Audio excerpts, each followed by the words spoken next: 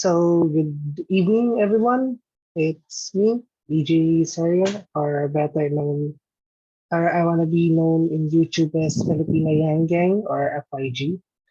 And it's already, of course, May 10. May 10 of this year, patatapos lang ng elections dito sa Pinas. And just want to say na it is sad. Okay, it is. On the, but to be honest, wala tayong magagawa.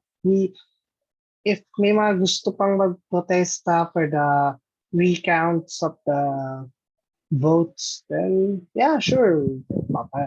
Papayag din naman kami. Pero if it's gonna be junk at the end and talagang confirmed na din ng Congress mismo that they had the certification of the votes in May 23 and talagang deemed legitimate president ang si Bongbong Marcos Jr.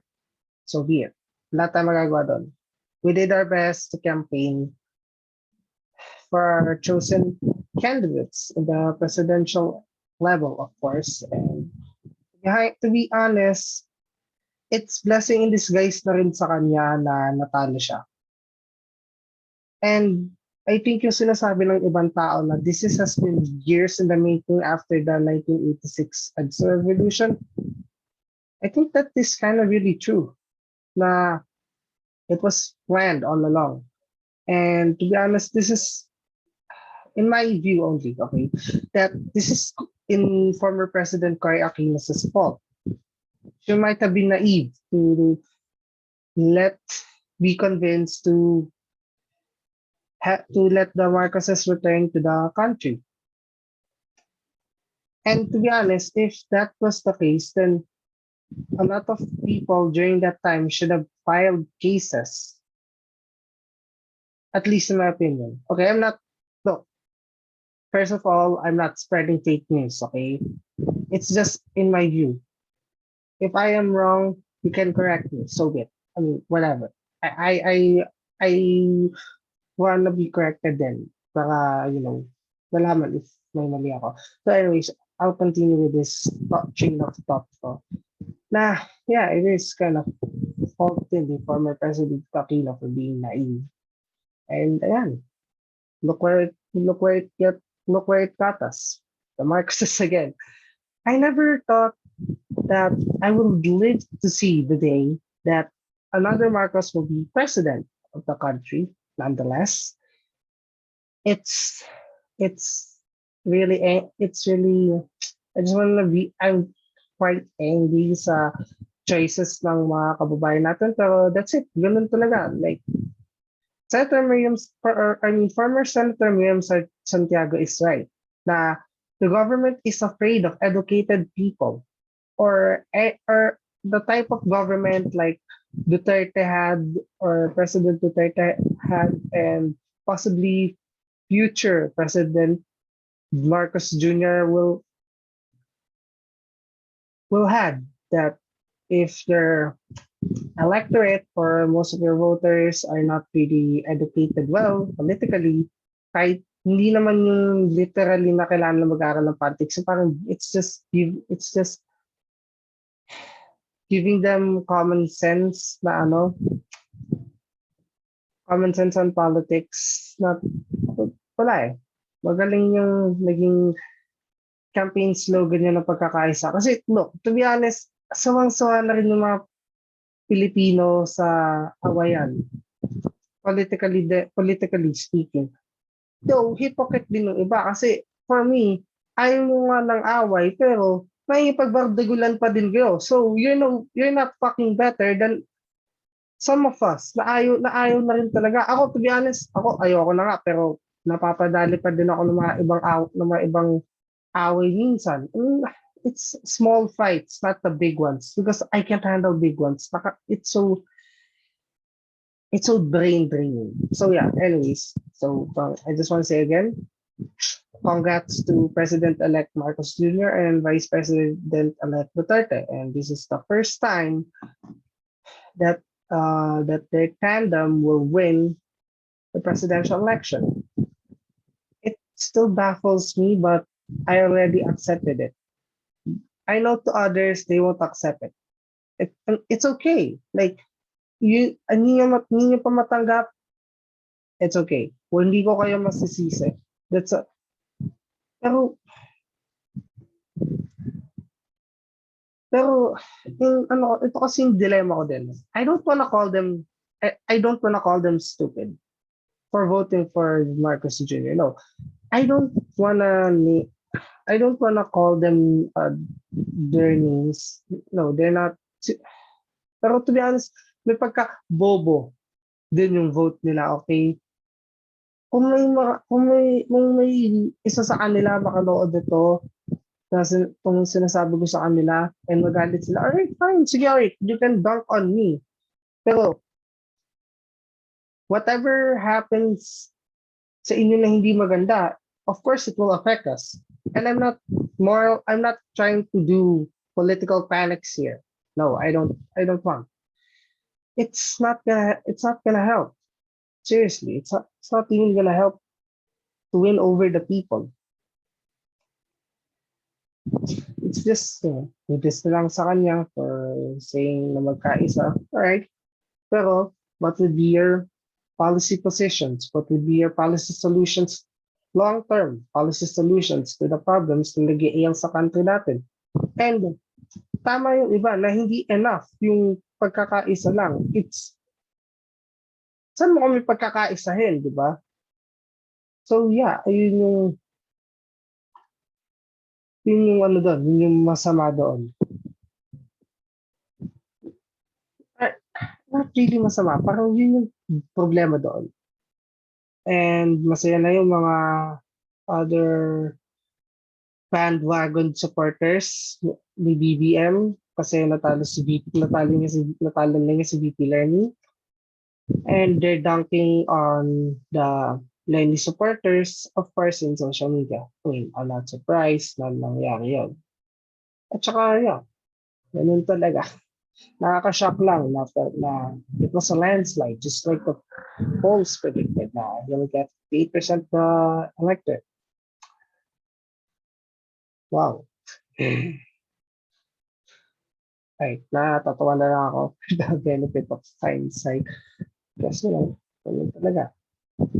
So, ngayon tapos na. And yung composition naman ng Senate, I already said this to my FB post that there would be 13 pro-administration senators na hali ng 2019 and 2022 elected senators and 11 para sa opposition, which is ganun din. Nahalo din ng 2016 and 2019 Senate elected senators. So I might say na 10 pa lang yung sigurado na pro-administration senators. You know what?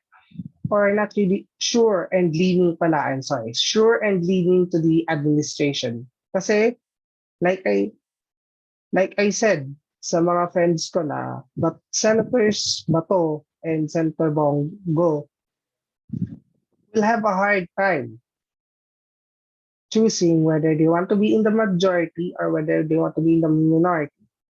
If they choose the latter, one of them will take the helm of the Senate President, assuming. I just assume. I can be wrong because I don't think none of them on the other senators wants to be Senate President under a Marcos Duterte administration. It's a dilemma. It is a dilemma for them. And sad to say, na ganun talaga.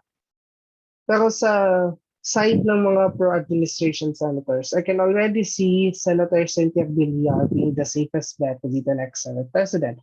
The first woman Senate President in history of the country. Because I don't think there had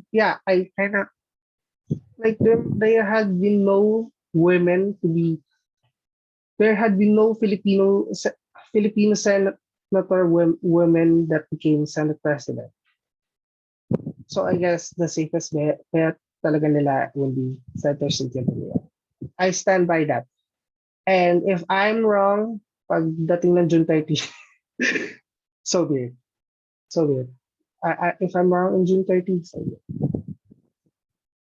So yeah. On the other hand, wala na ako. Sa House naman, it's gonna be Gloria. No doubt. It's gonna be former President Jimmy. I have no doubt about that. And the House Majority Leader would be his cousin. Talk about President-elect Marcos Jr. Would be his cousin, si Congressman Martin Romualdez, who will be the Majority Coalition House Leader. Not surprised, no?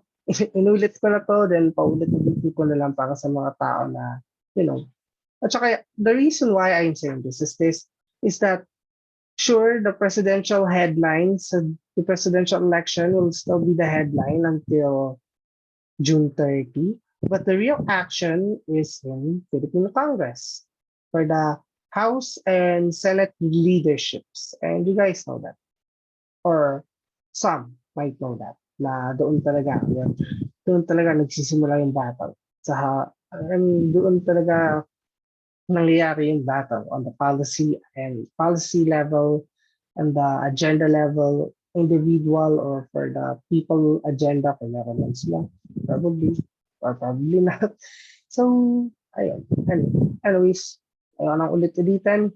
And by the way, it was good feeling for me to vote for the Prez V-Prez and the Senate candidates that I really like to could have won this election cycle. But unfortunately,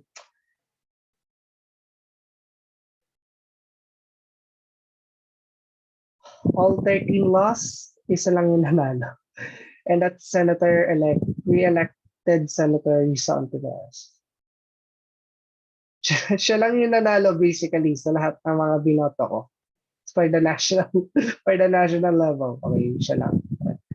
So yeah, anyways, focus na ako ngayon sa US election ulit. Look, before I go down to this fact, I know na sasabihin ng iba dito na hindi ka naman Amerikano, ba't nangingialam ka dyan?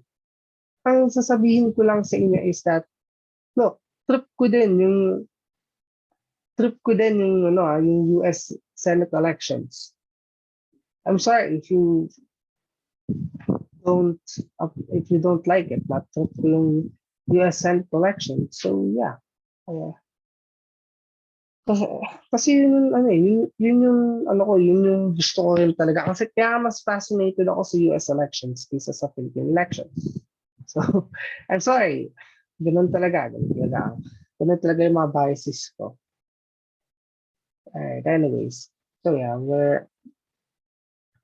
I'm already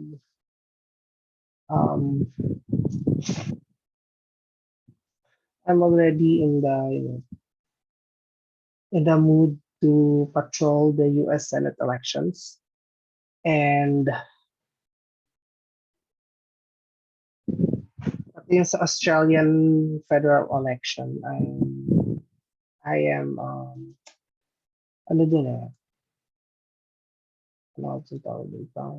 I like that. May interest din ako din sa US Senate elections. So, ayan. And malapit na naman sa election na it's midterms.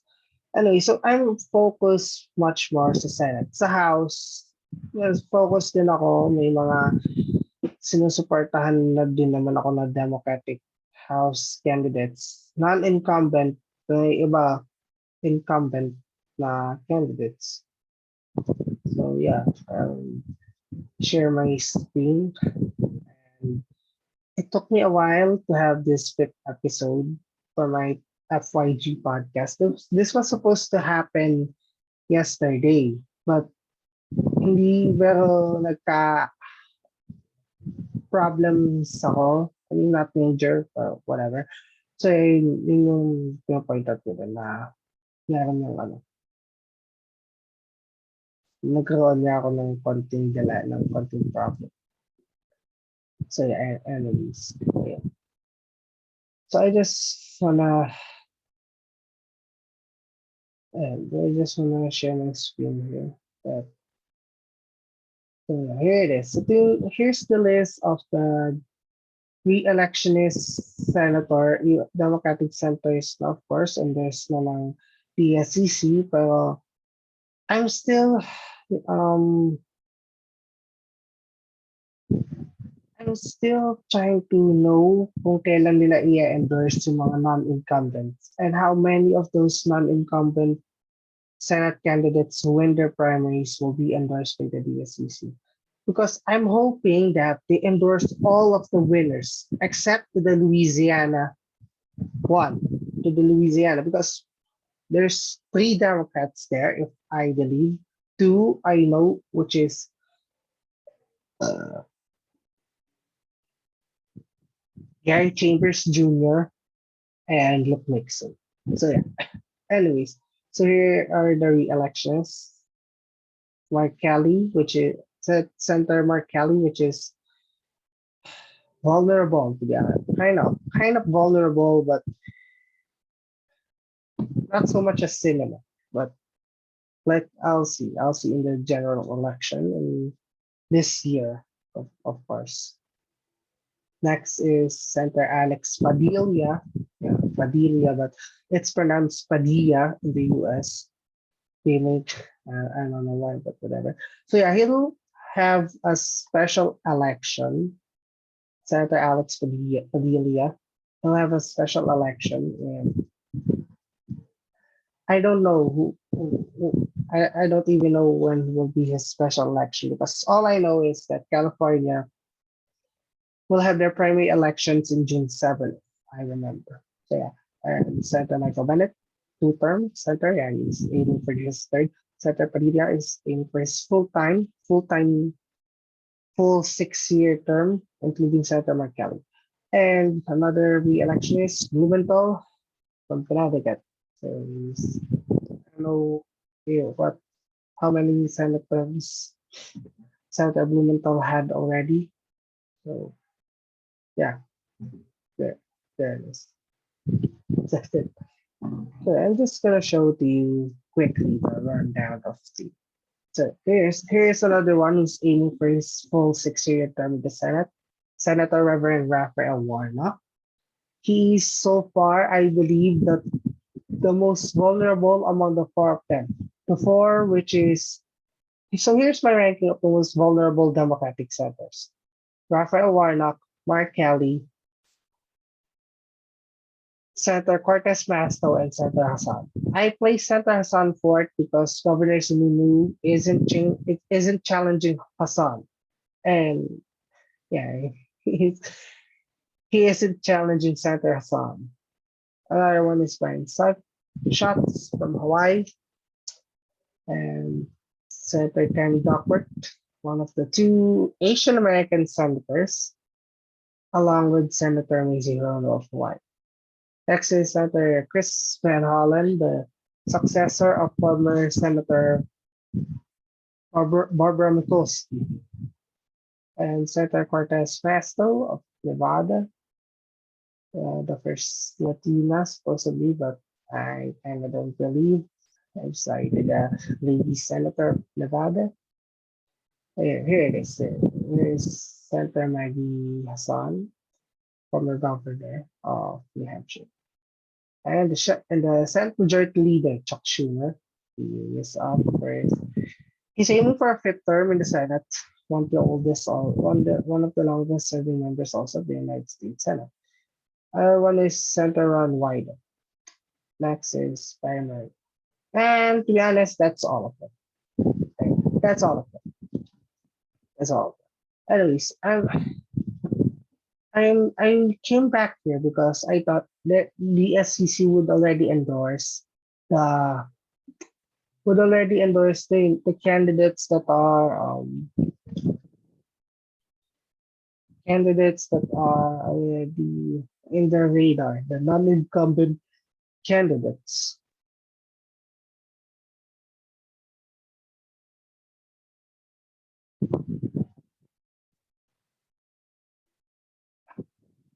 Anyway, so here it is. I'm already here in my, not in my prediction map for the 2020 Senate elections. So according here to the consensus is that Washington, Colorado, and Washington and Colorado are the blue states that are um no, likely Democrat. New Hampshire is the lean Democratic state, but I think Senator Hassan can win the election for Senate. Chill. Ayan.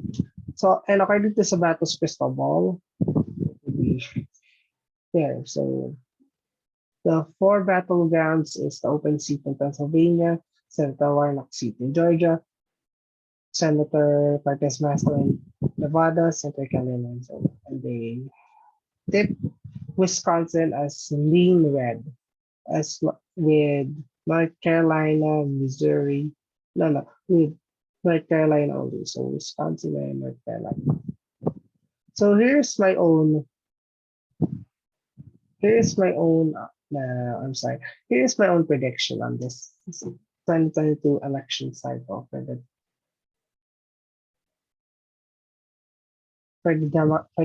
Democratic Senate caucus. Okay.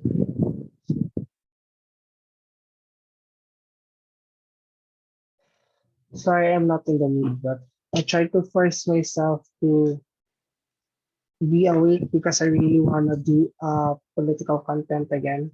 But this time now for the US politics, and I might say last few words later in the Philippine elections here.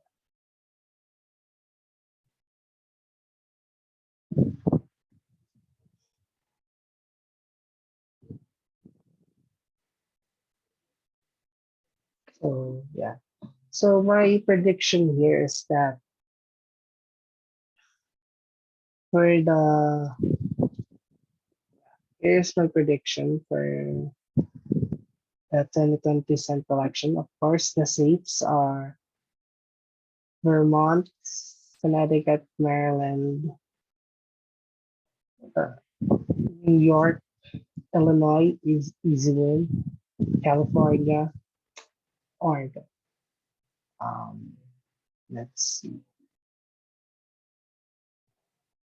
Colorado.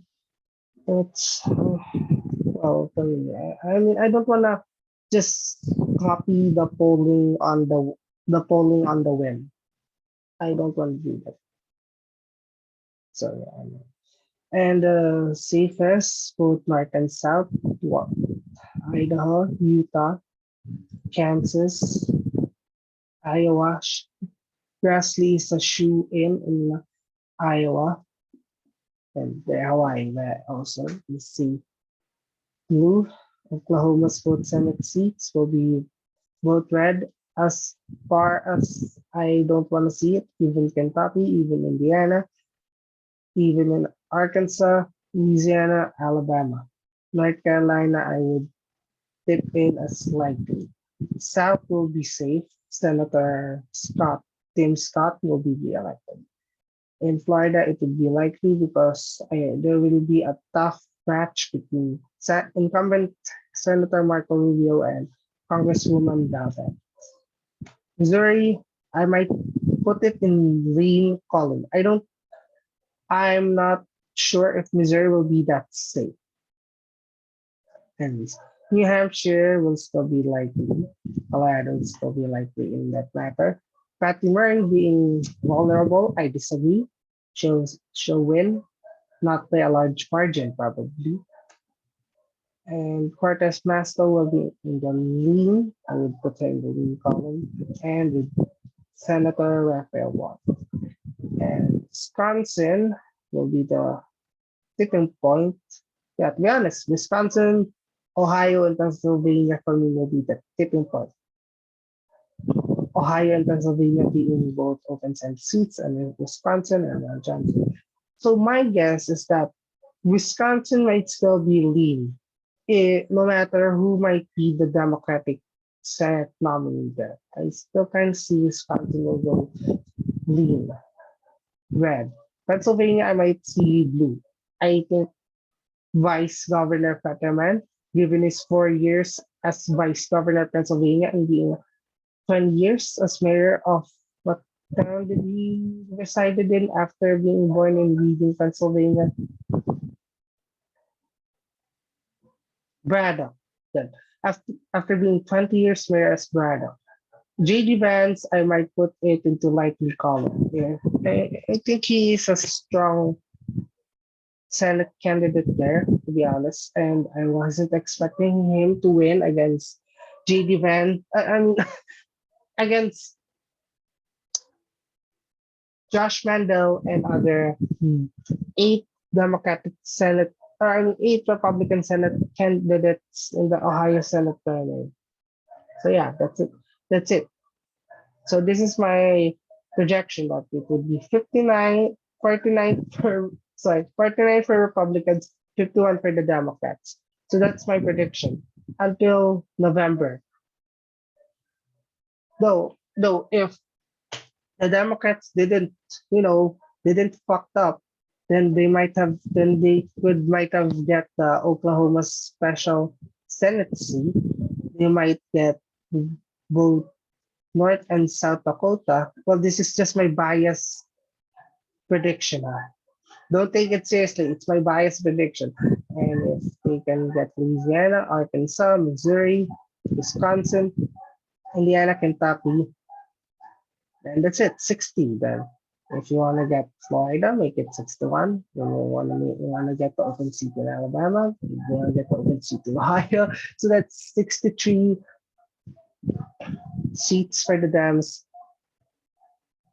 30% for the Republicans. So you wanna get Iowa, you get 64. You wanna almost sweep the whole Senate race, you can get North Carolina then 65 to 35. That's my bias prediction. It's a bias prediction. It's a bias prediction. So yeah. Anyways, enough about that. So that's my prediction. 51 for the so Pennsylvania will be the only flip. Georgia might be safe. But I still kind of think that Georgia might flip.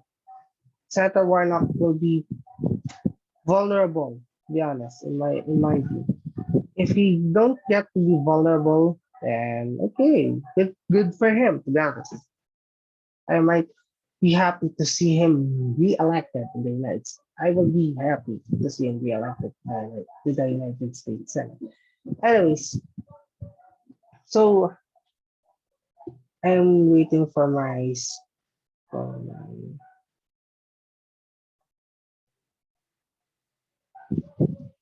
and I'm yeah, there it is. I'm gonna click it in here. So yeah, here's the Senate candidates that I'm supporting. So former Mayor Brighton Dean, that's my new Democratic Senate candidate in Alabama that I support. Yes,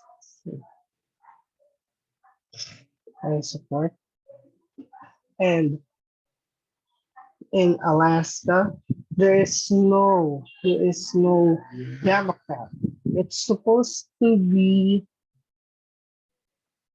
honest, it was supposed to be State Senator Alvy Gray Jackson, but for some reason she opted to be in the election in the Alaska State Senate. So yeah. In Arizona, of course, I'm here to talk about the non-incumbent Senate candidates in the Democratic Senate. Right. Anyway, so here's another candidate I support here, Dan Whitfield, and surprise, surprise, his wife is Filipina. Yeah, his wife is Filipina. That is really surprising for me. And he is my Twitter mutual or Twitter friend also. All right, in California, who do I support? I don't know who the hell I support here. I might, I don't know. I'm sorry. I don't even know who can I support here. I don't know what can I support. Anyways, I need to check on this something first before I go to other. Hmm,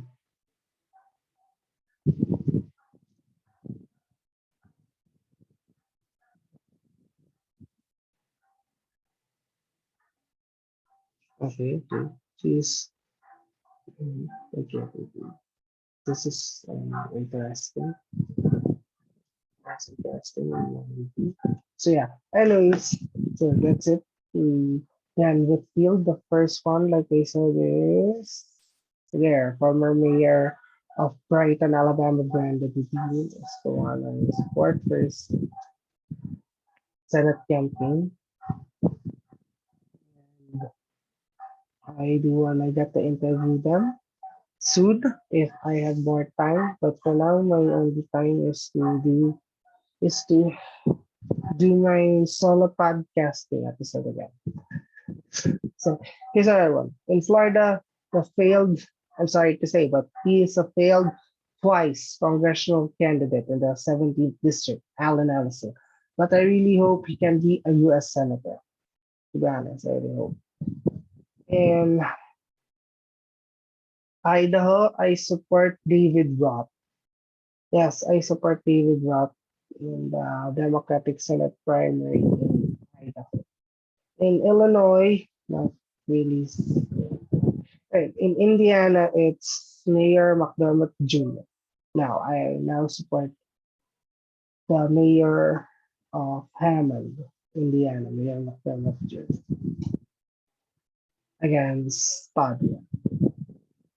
I support Alan Nelson against Michael Rubio. I support Dan Whitfield against John Bozeman. I support Brighton Dean against Mo Brooks. I feel like Mo Brooks will be the Democratic Senate primary nominee in November. In Kansas, Um, it is Mark Holland, former Mayor Mark Holland. He is the one that I support in the primary in the Senate, Senate primary of Democrats in Kansas. No, yeah, that's good. So yeah, there it is.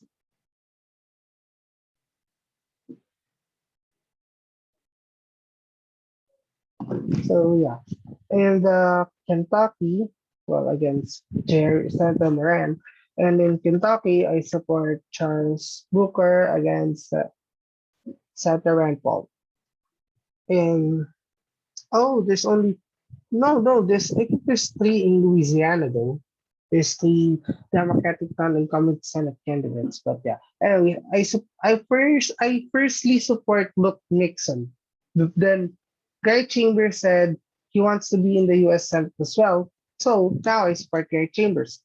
This happened also in the case of Tim Ryan.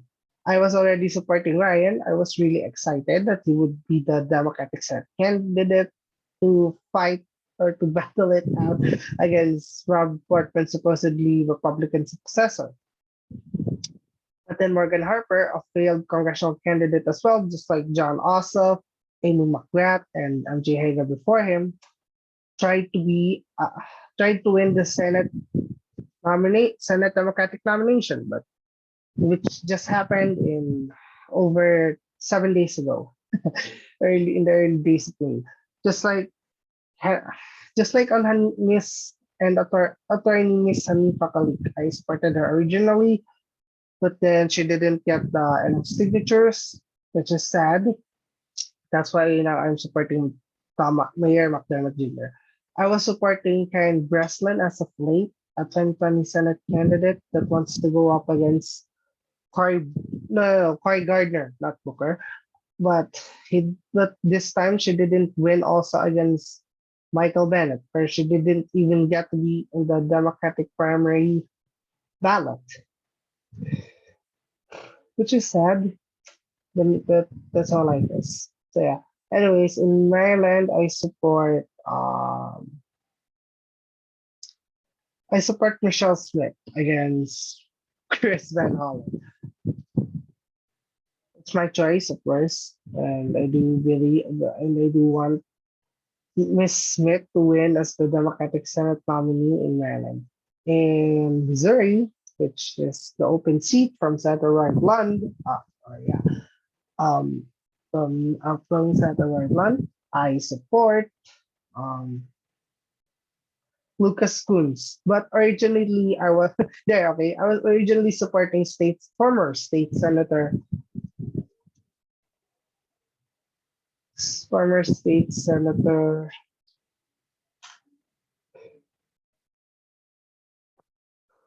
Scott Sifton. There it is.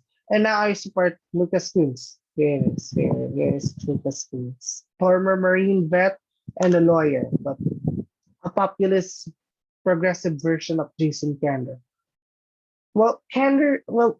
Former Secretary Missouri State Jason Kander is kind of been a populist on his own right, but he's a moderate populist.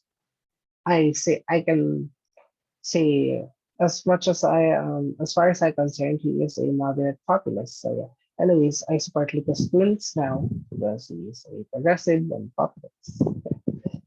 So yeah. In Nevada, I don't know who I support. I don't know who I might support Stephanie Cacheta, but I still don't know who the heck she is. I've been searching about her.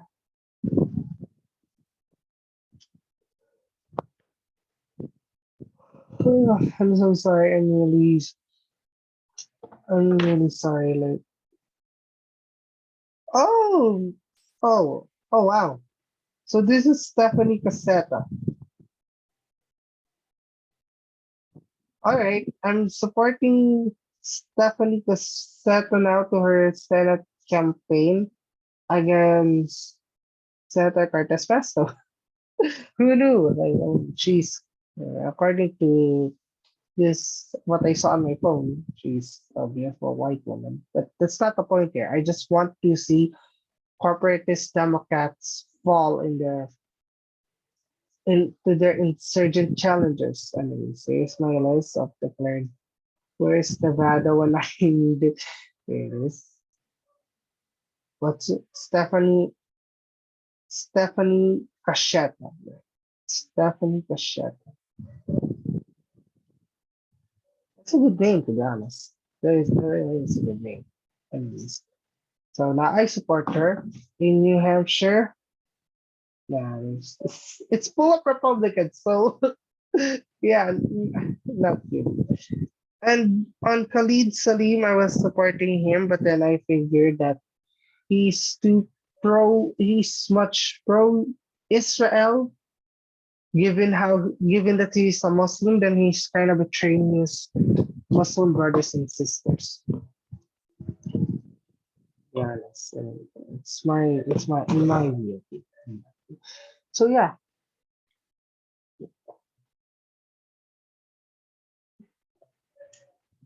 I'm now supporting Miss Stephanie Cacheta in the Nevada Democratic Senate primary.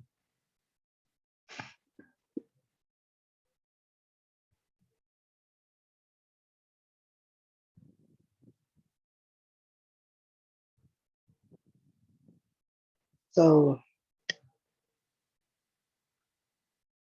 yeah, I wanna I wanna type her name first to see if she has not really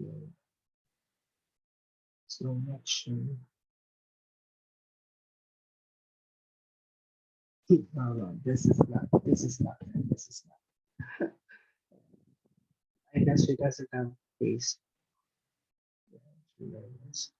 Stalker. No. Anyways, so yeah, I'm now supporting Miss Stephanie Cacheta. Yeah. I got it right. I do think I got it right. So here in the North Carolina Senate primary, I was supporting Erica Smith at the start of this campaign, but then she dropped out to endorse former North Carolina Chief Justice Jerry Lee, which is uh, and now I'm sad on who should I support now. It's either I'm really sad on who I should support now in this Democratic Senate primary.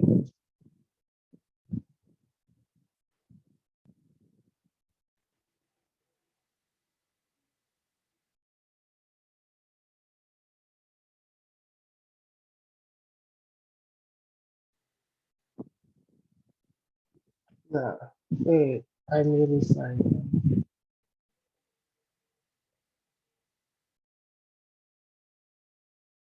Well, I still need to do something.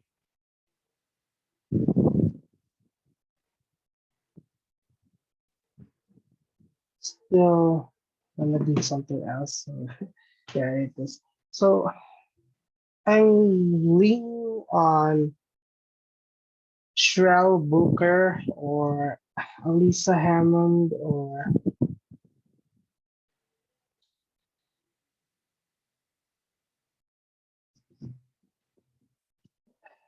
anyways, Shrell Booker.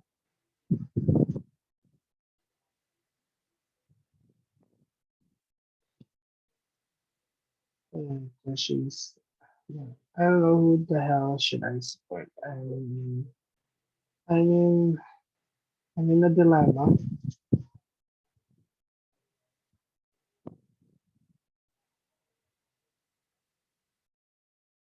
I am in a dilemma. So I don't think I'm gonna. More like I might support Marcos Bowen. It's only 7 days, and it's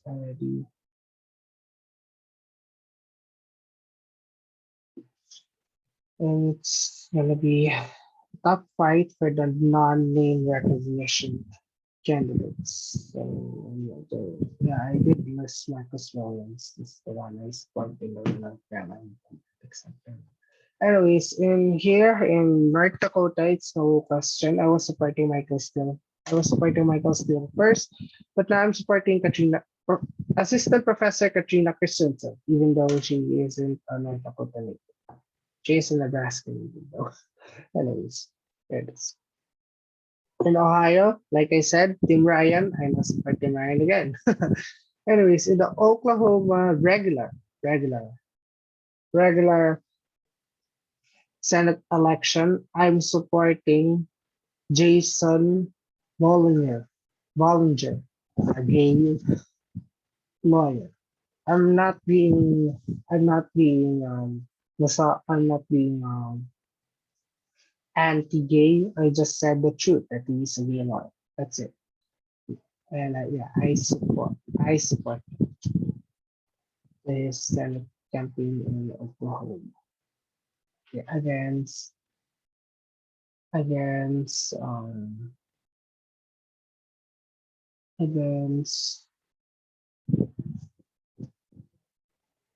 Senator James Lang.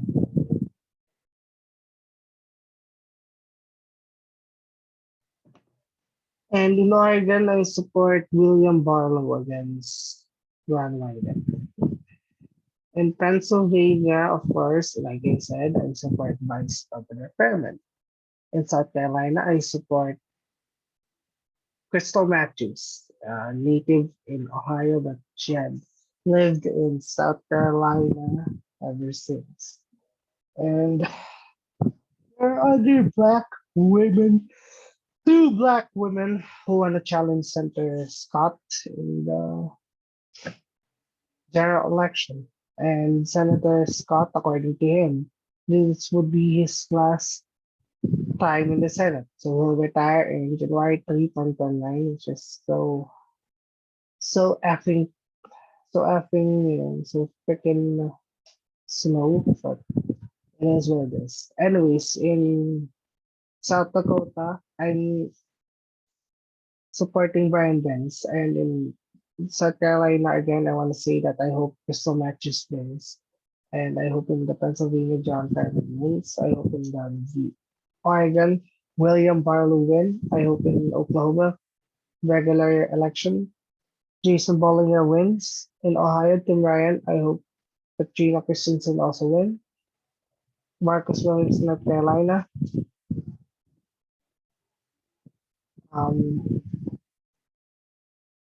where is she? There it is. Stephanie Cacheta, I hope she wins as well. In Missouri, I do hope Lucas Woods win. Maryland, Michelle Smith. Louisiana, Gary Chambers Jr. Charles Booker in Kentucky. So there it is. Yeah. In Utah, there is no Democrat. I was so pissed. I was really pissed that Austin Searle didn't or Austin Searle forgot to file the deadline. Forgot to file as an official Democratic Senate candidate. Then I supported Gail Weston, but then the Utah Democrats backstab him because they're desperate to get that moderate to right wing, at least in my view, the moderate GOP to right wing GOP's votes against Mike, who are really fed up with Mike Lee. And for the Mormons who vote, there are a powerful force in Utah. You can't. It's really hard. It is really hard to for them to win Senate seat in Utah, especially the one at the helm is the one who is at the helm are the Mormons politically. But in my opinion, I can be wrong if I can be proven wrong. It's okay. I don't. It's okay. I don't feel it.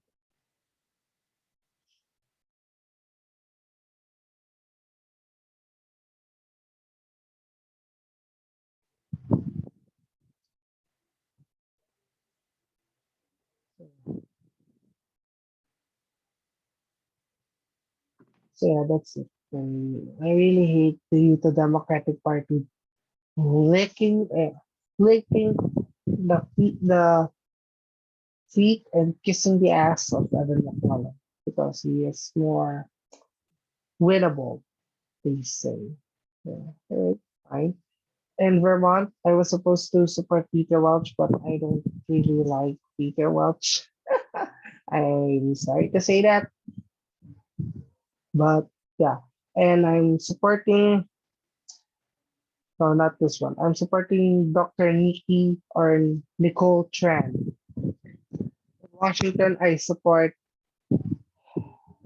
Nicholas Slyster, but I know the first one I mentioned isn't gonna win, and Nicholas Slyster might not win as well. It's sad. Okay. Anyways, here in Wisconsin, Les is the former Allegheny County executive or the current Allegheny County executive and the former state rep majority leader, Tom Nelson. So that's it. Those are the person that I support. I wanna repeat. In Wisconsin, Tom Nelson. In Washington, Nicholas Slyster. In Vermont, Dr. Chan. In Utah, no one. South Dakota, Banks. South Carolina, Matthews. Pennsylvania, Fetterman. Oregon, Barlow. Oklahoma, regular. Jason Bollinger. In Oklahoma's regular or special election, I support Kendra Horn, former Congresswoman Kendra Horn. Oh my goodness, I forgot. Oh my god, wait, I'm gonna go back there. Ohio, no, not this. Tim Ryan, Dakota Christensen, North Carolina, Marcus Williams, Nevada, Miss Stephanie Cacheta, in Missouri, Lucas Coons, Maryland, Miss Michelle Smith, Louisiana, Gary Chambers Jr., Kentucky, Booker, Kansas, Mark Holland, in Iowa, I forgot Iowa, Dr. Glenn Hurst, Indiana, Mayor McDermott, Illinois, no one, no one. Idaho, David Brott. In Florida, Alan Ellison. And that's it. Those are the non-democratic Senate candidates that I support. Oh wait, sorry. Dan Whitfield in Arkansas, and then Alabama. Alabama is is former Brighton Mayor Brand. So those are the Senate candidates that I non-incumbent that I support, and I really hope some of them win and be featured in the defendthesenate.org website of the Democrats. In the Democrats we can elect category, not in the Democrats we need to re-elect. So yeah, I'm disappointed that I still don't see the non-incumbent Democratic Senate candidates, but it's natural. It's no, what was I gonna say? It's like it's fine. Like that's that's how it is.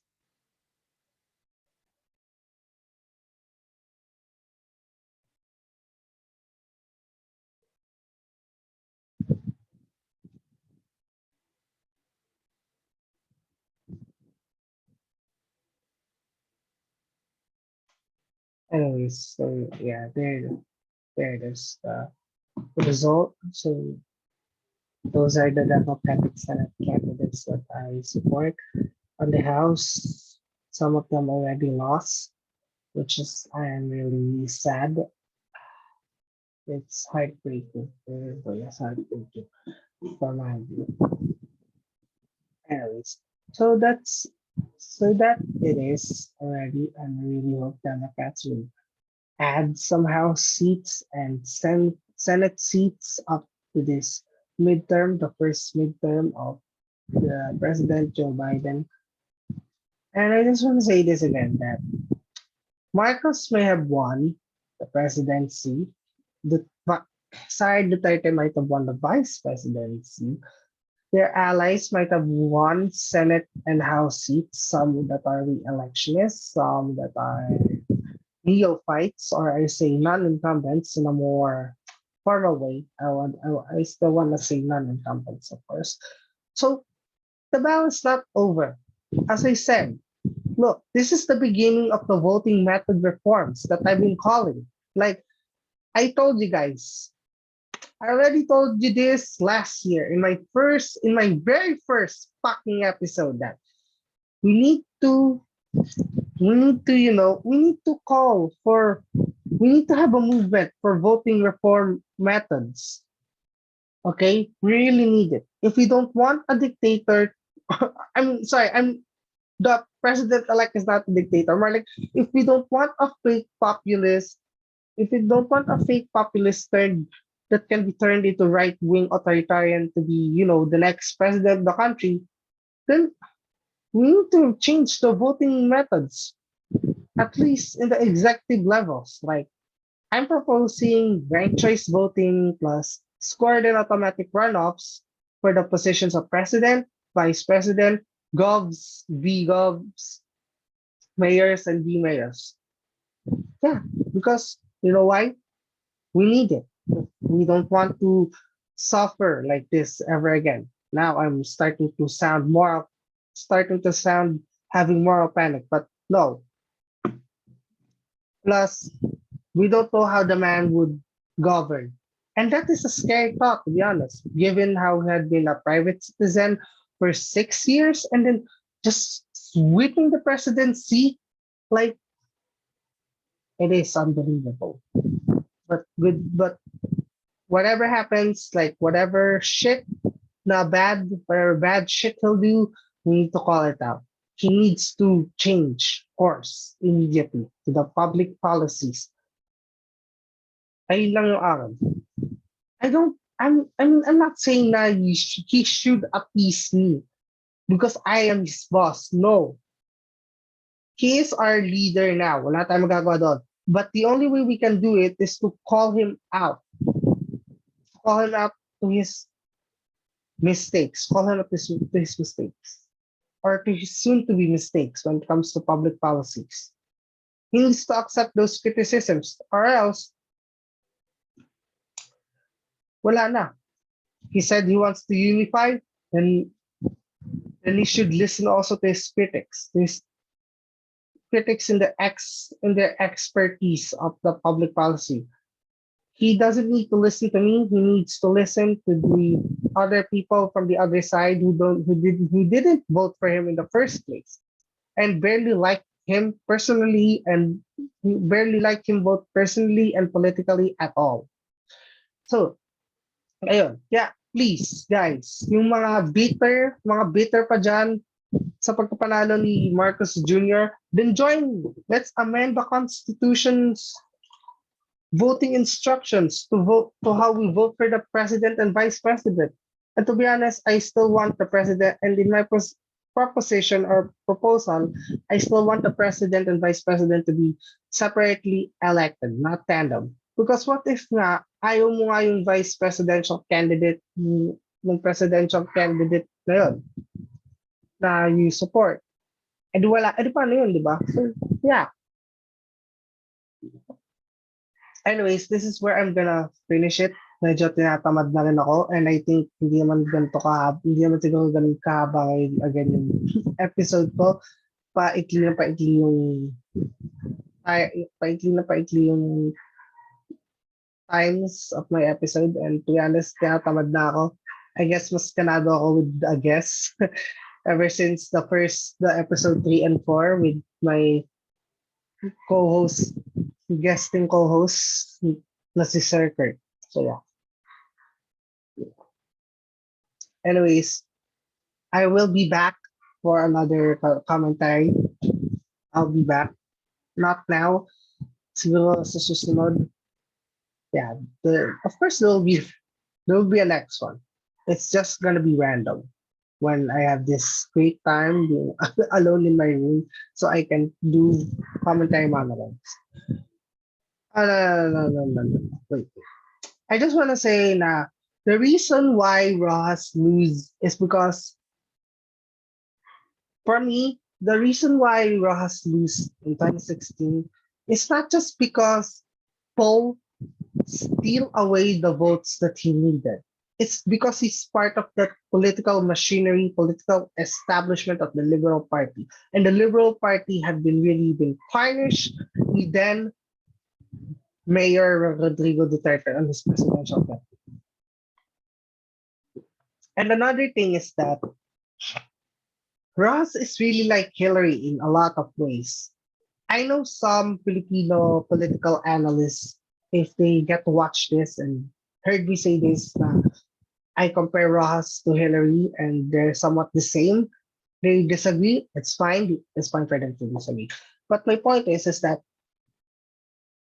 they tried to run to be the presidential candidates of their party. But what happened? Obama and Aquino snatched it away from them. Okay? They snatched it away from them. And then they tried to make them heir apparent successors for the presidential election in 2016, which both of them lost. Because the people, the working class people, probably the social conservatives in both US and Philippines, or other types of groups really hate them, both personally and in the policy. And the mistake of Obama and Aquino is try to put their personal popular patina to Rojas and Clinton and Rojas. That's Obama and Aquino's mistake. And then they mix that up with the things that they believe in, that their supposedly predecessors believe in, to those policies and to those ideologies. And then you match that up with fighting it up against Duterte and Trump, it loses. Oh, and by the way, I credit Sagar and Jetty for this. I really thank him for this, for that political commentary that he did last 2020. I really give him credit for. I give him credit for this, for making me realize that Clinton and Rojas are the same. Like Obama and Aquino are the same also. And and Aquino's election in 2010 was a stunning review of the Rojas families being in charge of the Liberal Party that began in 1952, and the new sheriff who promptly hired the old sheriff to appoint him as his successor. So the truth is that Aquino himself never wanted to make the Rojas, never wanted to destroy the Rojas legacy. Instead, he wanted his family again to become the patriarch of the network. He wanted the Roxas subservient to him, and he wanted to remain Liberal Party kingmaker for the remainder of his life. That, at least in my view. So yeah. So anyways, that's it for this fifth episode. And nakakapagod na din magsalita. Nakakapagod na din yung commentary as much as I love doing this commentary.